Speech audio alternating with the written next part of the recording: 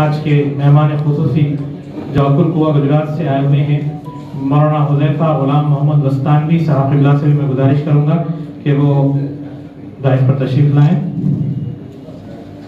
آج کے ایک اور مہمان ڈاکٹر محمد اشرف چیف پیٹرن IJFF ریاض چیپٹر سے بھی میں گزارش کروں گا کہ وہ اسٹیج کو رونق بخشیں۔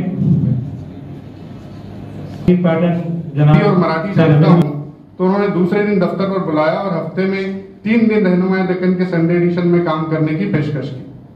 شاید انہیں ڈر تھا کہ شاعری کے چکر میں نثر کو کہیں چھوڑ نہ دوں۔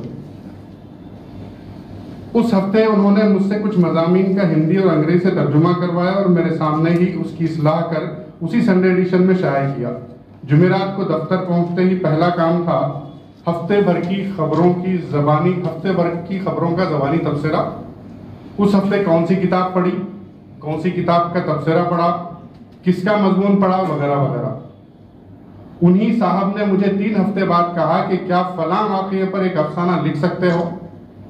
میں نے 2 ہفتے تک تحقیق کرنے کے بعد افسانہ لکھا اور کئی بار ری رائٹ کرنے کے بعد وہ شائع ہوا۔ یہ میری پہلی تحریر خدمت کر رہے ہیں، بہت ہی افورڈیبل اور اس کے نوٹ پر فیس چارج کرتے۔ میں ان کے پریمیسز میں ہوں بلکہ نہیں بول رہا ہوں، بلکہ میں اس لیے بول رہا ہوں کہ لوگ کام کریں قابلیت سے۔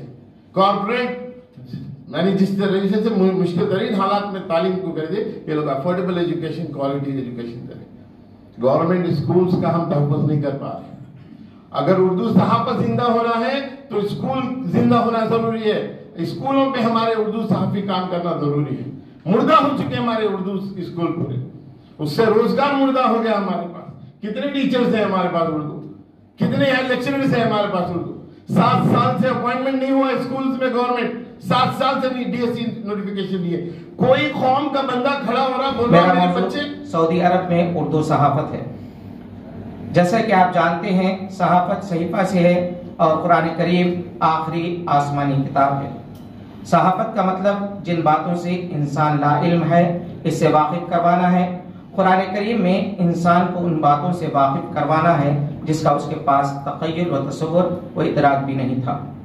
غیب کی باتیں، چاہے جنت کی کیفیت ہو یا دوزخ کے احوال، حساب، میزان، ملائکہ وغیرہ، آدم علیہ السلام سے لے کر عیسیٰ علیہ السلام کے واقعات، اس درمیان ہزاروں برس پہلے کے انبیاء کرام علیہ السلام کے واقعات جن سے امت محمدیہ صلی اللہ علیہ وسلم یا دور جاہلیت کے عرب واقف نہیں تھے، قرآن کریم میں انہیں پیش کیا گیا اور آنے والے حالات جیسے قیام قیامت و عالم محشر کا برپا ہونا ہے۔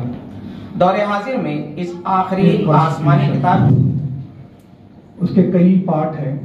انڈین کانسٹیٹیوشن میں جو انتہائی ضروری پارٹ ہے وہ پارٹ 3 ہے، جس میں آرٹیکل 12 سے آرٹیکل 35، جس میں فنڈامنٹل رائٹس جو ہر شہری کے بنیادی حقوق ہے وہ ڈیفائن کیے گئے ہیں۔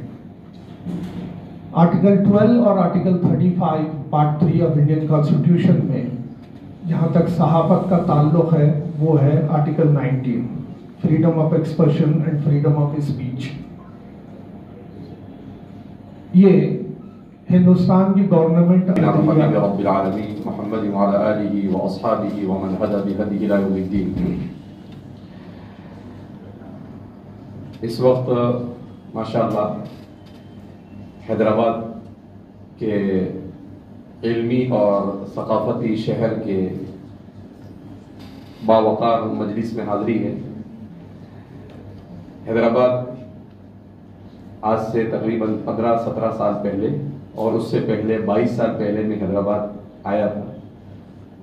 15 سال پہلے جب میں آیا تو چونکہ تھوڑا سا پڑھنے لکھنے کا شوق ہے، میں نے حیدرآباد میں دارالترجمہ کے بارے میں بسم اللہ الرحمن الرحیم، الحمدللہ والصلاة والسلام علی رسول اللہ صلی اللہ علیہ وسلم۔ حضرات گرامی، ابھی مجھے مولانا کی جانب سے مجھے تہنیت پیش کی گئی، حالانکہ مولانا کا مقام اور مرتبہ اور جو آپ کی قابلیت ہے، دینی قابلیت، زبانوں پہ عبور، یہ سب کے بعد میں مناسب نہیں سمجھتا تھا، لیکن یہ میری